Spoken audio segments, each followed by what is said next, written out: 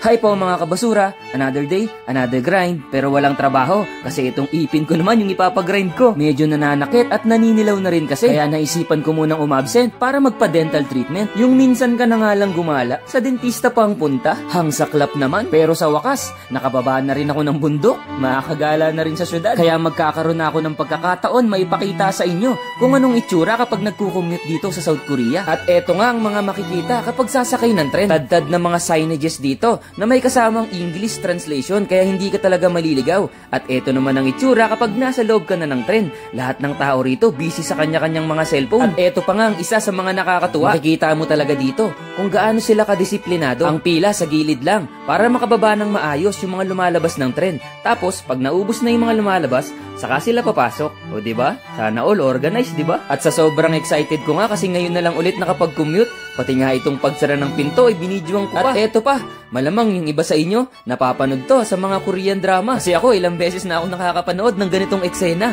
Yung binibidyohan nila, yung tumatakbo yung tren. Kadalasan nga yung mga movies na may zombies. At fast forward na agad tayo kasi sobrang bilis ng tren. Kaya nakarating na agad ako dito sa dental clinic. Pero ang totoo niyan, 2 hours mahigit talaga yung biyahe ko. Grabe, sobrang layo pala nito. Pero sulit naman kasi nga first time kong lumabas kaya yung malayo na yung pinuntahan ko. At maya-maya nga lang ay nag-start na agad yung treatment na gagawin nila sa ipin ko. Dito nga ay nagtataka ako kung bakit may hawak na camera tong dentista. Yun pala pipicturan yung ipin ko. Akala ko ibablog din nila ako. Yun pala ipipicturan pala muna tong ipin ko para makita nila kung saan-saan yung mga sira at kung anong gagawin at kung magkano ang aabutin. Grabe, hindi ko alam, mapapasubo din pala ako sa gastos kasi 8 ipin yung nakita nila na may sira. Kaya pala medyo nananakit na yung ipin ko. At pagtapos nga picturean ng babae, dumating na rin yung dentista na magre-repair ng ipin ko.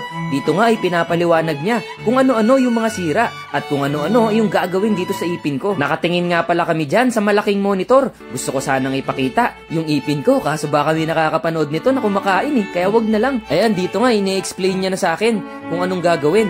Kala mo talaga may naiintindihan no? Tatango-tango pa no? Pero wala talaga ako naiintindihan dyan.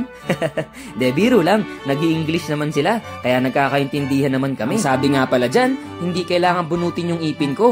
Kasi may mga butas lang. Pero walang mga bulok Mga butas lang na kailangan takpan. Kasi nung pagdating ko pa lang dyan, sabi ko sa kanila na kung pwede bunutin na yung ipin ko. Kasi medyo sumasakit na. Pero nung nakita nga nila, sabi nila no need daw bunutin. Kaya ang ginawa nila, pinastahan nila yung 8 butas. Tapos sabay nilinisan na rin nila para fresh na fresh talaga. At pagkatapos nga niyan ay nagre-request din ako na kung pwede isabay na rin yung whitening. Pero ang sabi ay hindi daw kayang gawin ngayon kasi mas maganda kung babalik na lang daw ako. Sabi kasi nila mahal daw ang singil kapag weekends. Sabado kasi to nung pumunta ako. Kaya ang sabi kung makakabalik daw ako ng weekdays mula Lunes hanggang Biyernes, makakamura daw ako. O diba ang bait nila? Concern sila sa patient. Kung iba-iba yun, sige tara gawin natin habang mahal pa. Kaya sige sabi ko next time na lang. Babalik na lang ako para magpa-teeth whitening. Pero so far, satisfied naman ako sa ginawa nila kasi nakita ko naman na medyo pumuti naman yung ipin ko.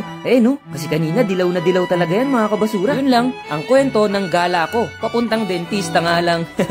Peace!